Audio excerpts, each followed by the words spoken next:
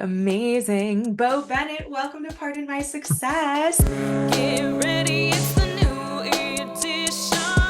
Your favorite morning meditation. Hey, it's me, pardon my success.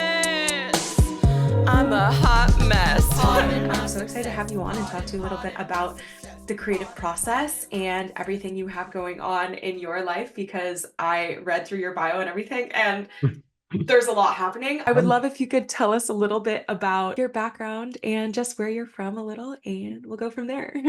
Sure. I am from Massachusetts, the Boston area. I went to Boston College.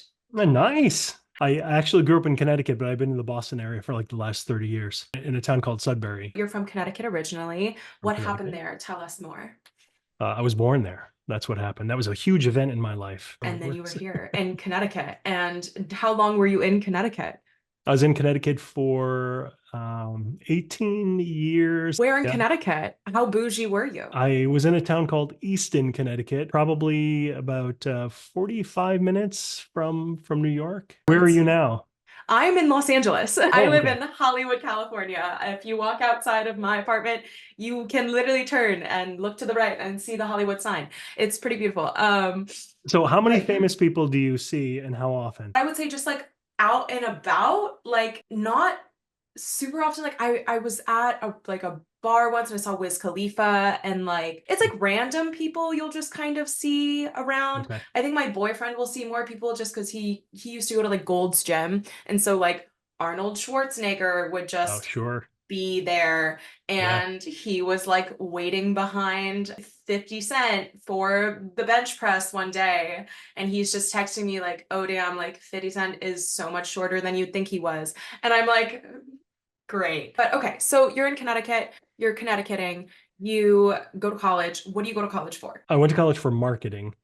Love. Because at the time, basically, I just wanted to make money. I was really interested in psychology, but I knew that if I went to school for psychology, I probably wouldn't do that well financially. There wasn't a lot of prospects in the area of psychology. I could be maybe, well, I'd have to go to school for even longer, and then maybe I could be a professor, but that's about it. So I stuck with marketing and business, and that's what I did right out of college. My biggest question to you: how did you make $20 million?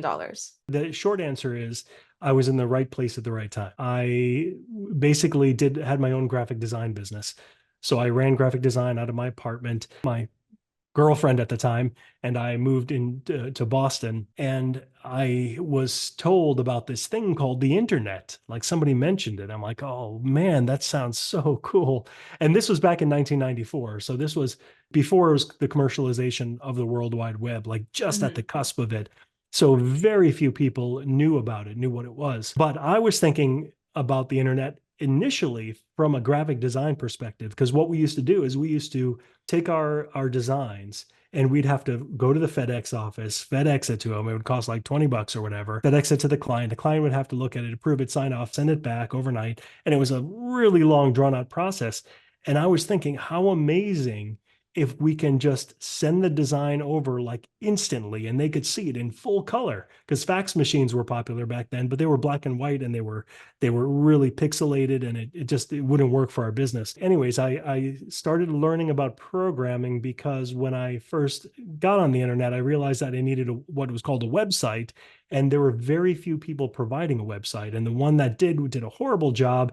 And I was thinking, you know what, I could probably do a better job. Let me learn about this whole coding thing.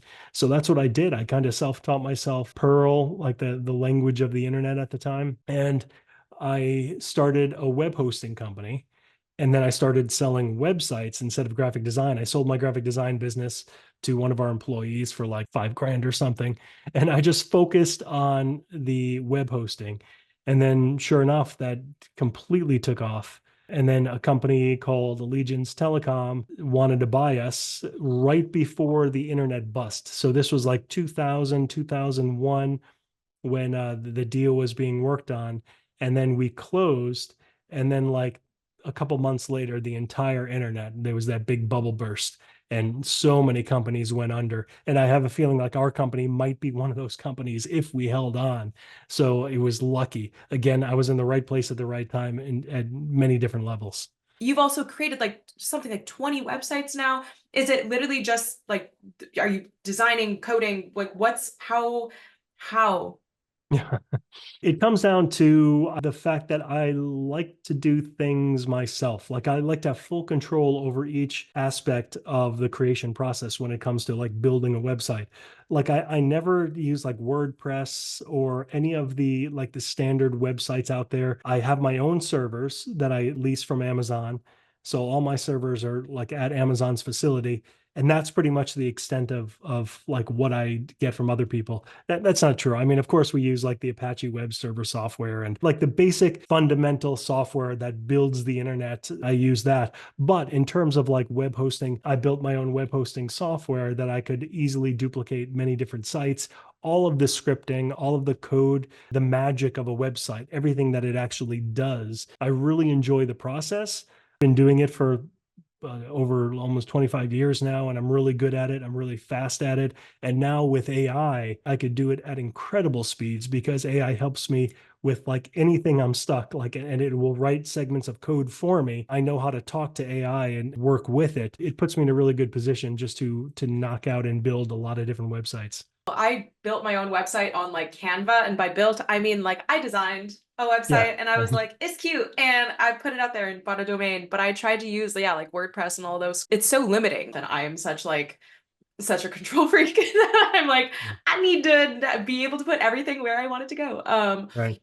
Yeah, it's more than that too. Like if you're looking to use some software like WordPress or whatever, you're one of the millions of people that are using the same thing. Like you don't Mhm. have any advantage over anybody else because you're using the same software. And also with hacking, like early on back in the late 90s when I was building the system, we used like PHP and some other technologies that were so easily hackable, and we were getting hammered like all over the world, like people hacking and like destroying our servers. So that's why I said no more. All of our software is customized, so nobody knows the code. It's not like open source code, and it's the kind of code that I built. So nobody knows like all the back entrances and the back doors because it's only me. So it's incredibly secure from that perspective. How does one protect from hacking?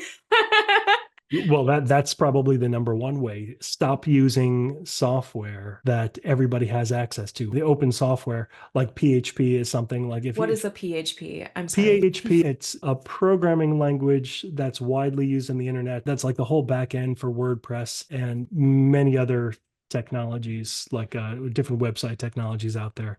So like somebody can just be like, okay, it's a normal WordPress, so I can just go in and change the website to whatever I want it to be now. Right. So if Okay. you know WordPress, you know the vulnerabilities. You like if you're a hacker, it's always the race, like the Yeah. hackers are racing against the developers. They plug the holes, they find them, they plug them, they find them. But when your code isn't open like that, then nobody knows the holes because it's all behind the scenes. So that's one of the best ways you could protect yourself against hackers. If you're a me and how do I not use open source If code? yeah, that's the thing. If you're somebody that like that's not a programmer, then I would go with like a Squarespace or somebody. I mean, yes, you're kind of limiting yourself to the creativity and what you could do, but it's kind of like joining a mob or something. You like, Mm, hey, you want protection? Come yeah, use our yeah. platform. We'll give you protection. That's what it's about basically, because they've got the developers there. They've got people on staff. If I have a domain, what does that mean? Is that a good thing? If you have a domain I name, have a domain through GoDaddy. Is that safe? Am I okay? yeah, yeah, of course. Yeah, Okay, all of my domain names are through GoDaddy. GoDaddy is what's called a registrar. That means that they register domains for people and then they attach the domains to websites. So you okay. could use GoDaddy's website, but you don't have to. Great. On Canva, you can like hook up any domain that you own to it, so then it can just publish the design to your domain. Am I safe? You're safe. You're Okay, good. Yeah. good to And know. and also you got to remember that you have to be like hackable. So what I mean by that is, I think it was like a Seinfeld episode. If George Costanza was talking about if he's bombable or not, like if he's the type of person that someone would want to bomb, and Gotcha. kill. And Yes. and that's the thing. Like some people are bombable, some websites are hackable. Like they attract hackers because they're big names, they're big websites. So if you hack like one of these big websites, then there's a lot of hacker street cred for you. But if you're like Yes. basically a nobody, or and I mean that, of course, not in any Lovingly. personal Yeah, way, I know. I'm but I working on mean that in it. like in the world of the web, if your website's like a nobody We're out there, trying to be somebody though. I'm worried about future hackers, yeah, I hope sure. to one day be hackable. Well, here's the thing. When you get to that point where you're one day hackable, you'll probably have a staff who could take care of all that, and you don't have to worry about that. So that's Okay. that's the good news. Can I hire you as my staff? How do I do that? How do we contact you, Bo?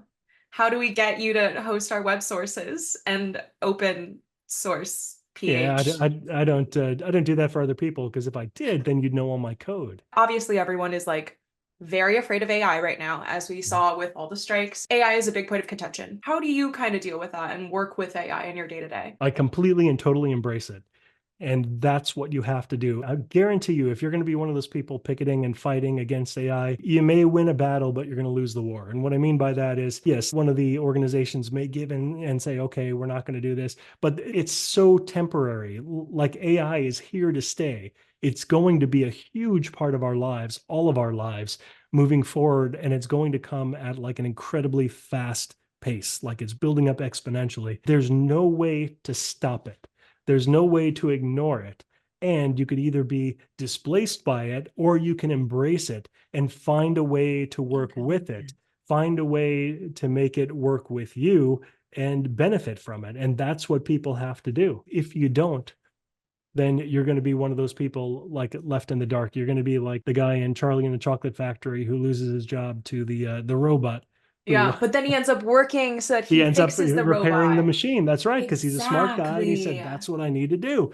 And that's what I'm saying. You have to say, okay, if I'm not going to be the guy who puts the caps on the toothpaste, how can I adjust what I do now in order to like thrive in this new economy that we're going to be having with AI?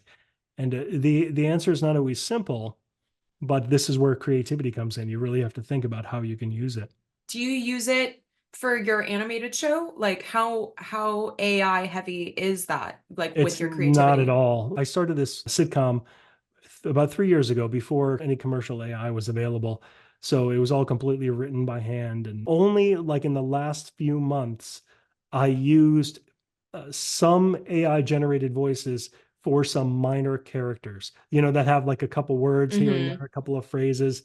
And it works perfectly because I can't keep on hiring actors to charge me a few $100s to say a few words. So, I mean, Yeah. it wasn't economical to do that. So I used it just for a few lines and it was fantastic. All of like the main characters in my sitcom, they're all old school, genuine actors. And it shows because like right now, AI voices are fantastic. Like the clone voices are amazing and they are near perfect for like nonfiction books.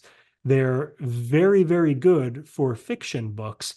But when it comes to acting and like a sitcom, like with tons of emotion and screaming and laughing and crying, like all of that, it's not even close. However, with the way that AI is developing, I would say that it will be here within a year. So, that's kind of scary for the Really? actors out there. Yeah. Suddenly takes out all of ADR, rewrite the lines, and it'll happen in a second and it doesn't cost them anything. Your show, how did that kind of start? And like, are you entirely like animating, doing that on your own? Are you bringing actors into your house? Like, what's going on? I guess my main job over the past like dozen years or so is running a publishing company. So like an online publishing company. And part of that company is audiobook narration. Oh, So I've been working with a small team of really good actors for a long time that have been doing my audiobook narration. So they were my first go-to on this project. When I wrote the screenplay, I decided, okay, I'm going to go ahead and finish the season and write another 9 episodes, which I did. And once it was written, I'm like, well, why don't I just take it the next step and let me do the audio recording and the sound effects, and we'll get the audio going for it. So it could be kind of like like an old school radio play in a way, because that's all I had access to at the time. I used my team of narrators, and then I did some searching and I brought some more on for the right characters. And it was just like a perfect match. Everybody really matched up to their part, brought the character alive. At the time I was doing the recordings, I'm like, why don't I do this as an animation? Like, I'm not in Hollywood. I'm over in Boston on the other side, and there's not a lot of opportunities here for like getting actors and actually performing this. However, with animation, you could work with studios all over the world. So I tried a couple animation studios overseas. They all completely underquoted me and canceled like after the few minutes they did of the first episode. They're like, yeah, we can't do this, forget it. So I was kind of left in the water for a while. Then after about maybe like 6 months to a year, I came across a guy on Fiverr who introduced me to some animation software. He did one episode for me and kind of taught me the ropes and how to do this myself.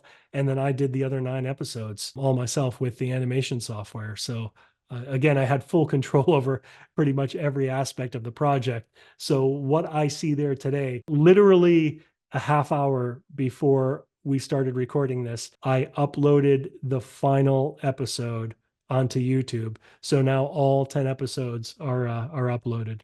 It's called Squat. You can find it at squatspotfitness.com. It's a sitcom that takes place in a suburban Boston gym. I've been going to gyms since I was 10. So I have so many stories about like just really funny things. Gyms are comedic gold mines. They really are. And the things that happen there, they're just hilarious. So that was the premise of it. The extended premise is that one of the members won the lottery. He bought the gym and he wants to use the gym as a tax write-off, basically, and close the gym or get it to lose money. So he's always doing all these shady things, and he hired like this new guy to carry out these shady things for him. But this guy is really principled and he doesn't want to do it. So he's always finding a way to kind of accomplish the goal, but doing it in an ethical way. And then you've got a whole bunch of other characters that represent like different political and social and religious views.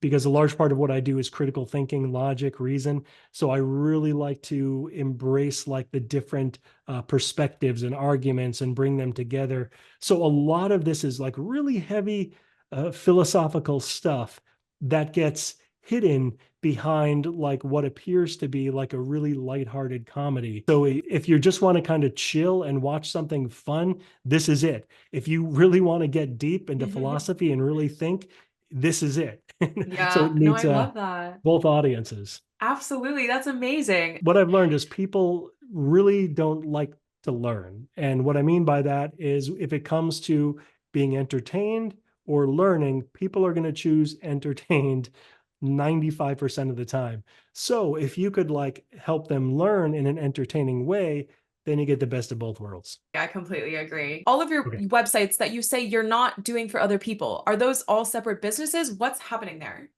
Yeah, I have essentially one business, and that's called Archie Boy Holdings. So after I sold my first business that I already talked about for a lot of money, I started this company, Archie Boy Holdings, which was like a holding company where I could have a whole bunch of other websites or whatever I'm doing underneath this. So I don't have to go through the headache of starting a business and having like a separate set of books for each one. So that's Okay. essentially what a holding company is. It allows me the flexibility to do whatever I want, which is really important if you're working in the internet because you never know when things are going to change. Like a great example, back in May, that's when I really had access to AI for the first time, and I was allowed to use it commercially as a programmer. So I really shifted what I was doing, and I kind of went in that direction. That's why I did the first like 8 episodes of Squat within like a month. And then the last 2 episodes took me the last 4 months because I've been so busy working with AI. RGBoy.com, that's my company. So these AI websites, what are they doing? Everything revolves around publishing because that's kind of what I've been doing. That's where my base is, my audience. So the first website I did is called Pooks.ai. It's for basically personalized books. And it's a way where you could create a personalized nonfiction book, not just like, hey, Bo Bennett, how are you doing, Bo Bennett? Like not that stupid thing that you would see like they've been doing for years with Yeah. kids' books. This is like really personalized. You fill out information about like what you like, your learning style, what your hobbies are, what you want to learn about, like just like a bunch of information, as much information as you're comfortable giving the system without like saying, oh, this is invading my privacy too much. And AI will write a book like exclusively for you using like names, examples, things from your past if you give it that information, and it's What? incredible. It's just a really like mind blowing.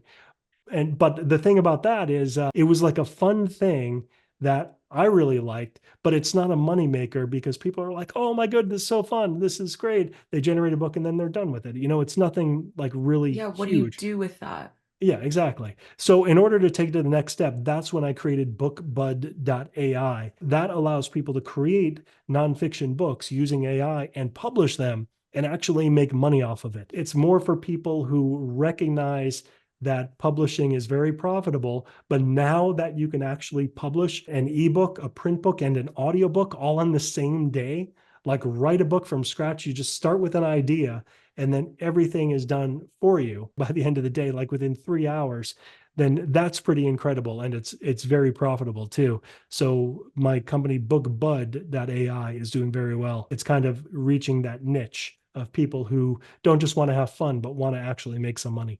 How much is it to do this if I want to write a book? Yeah, $40. $40. And it'll publish it and everything too?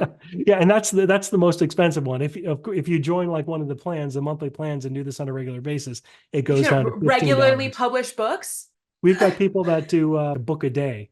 So How much money can they make off of that? Are people buying these? that's always a tough question because some books do really well Yeah. and some don't do so well. I'm just so shocked right now that AI is out there writing so many books. But also I wonder how many like did Britney Spears type in her story and just there it was? You know, like Yeah, what? probably not. Okay. Well, no, because it doesn't work very well with autobiographical information. Actually, for Britney Spears, it probably would because AI knows all about Britney Spears. It's online. Right. It's all Yeah, there. but for like the average person that AI doesn't know about, it doesn't work too well for that. But yeah, you could make some good money on books if you hit the right niche and it takes off. I'm absolutely flabbergasted right now, and I'm absolutely going to be looking this up and it's going to be all linked. If you guys want to go write a book and publish it, I guess you could do it for $50. Okay, what other sites do you have for us? Give me some more. Some more sites. The company that I've been working with for 12 years on book publishing and marketing is called bookmarketing.pro. The other one is authorvoices.ai. And that's all part of this big publishing conglomerate, if you want to call it that. And that's part of BookBud as well. If you want your book narrated, like by a professional AI voice, you just kind of follow the prompts. You go to authorvoices.ai. We move your book over there, set up all the files. So you just kind of click through each chapter, narrate, pick one out of like 50 different voices, and you'll have your narrated book. And it sounds amazing. And that's what kills me. Like I clone my own voice because I've been doing my own narration for a long time. And I've been talking now for what, 30 minutes, and my voice is already starting to go hoarse. And this is what happens like to audiobook narrators. When you're narrating, you have to like rest your voice constantly, and then you have to pick up the next day. And it takes a long time to narrate a book. So I cloned my voice and it sounds exactly like me, no exaggeration. I can't tell the difference. My wife can't tell the difference. My kids can't. I mean, it sounds exactly like me. So when I do the narration, I use my own cloned voice now, and the books are done like immediately. Do you have to like sit down and like say the alphabet or something? Like how does Nope. it? No, What it's is pretty it? amazing. I just had to upload about 3 minutes of me just talking or narrating a book, Oh, and it picks cool. it up from that. Some AI systems just need like seconds of voices. It's pretty amazing technology. I can literally just upload a podcast and then it will narrate the book that I fake wrote on BookBuds in That's my right. own voice. That's shocking.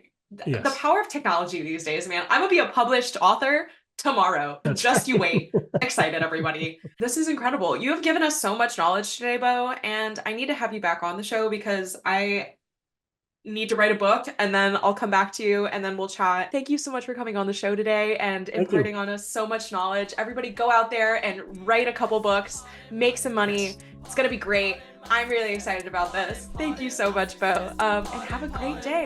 Thank you. Are you PMSing?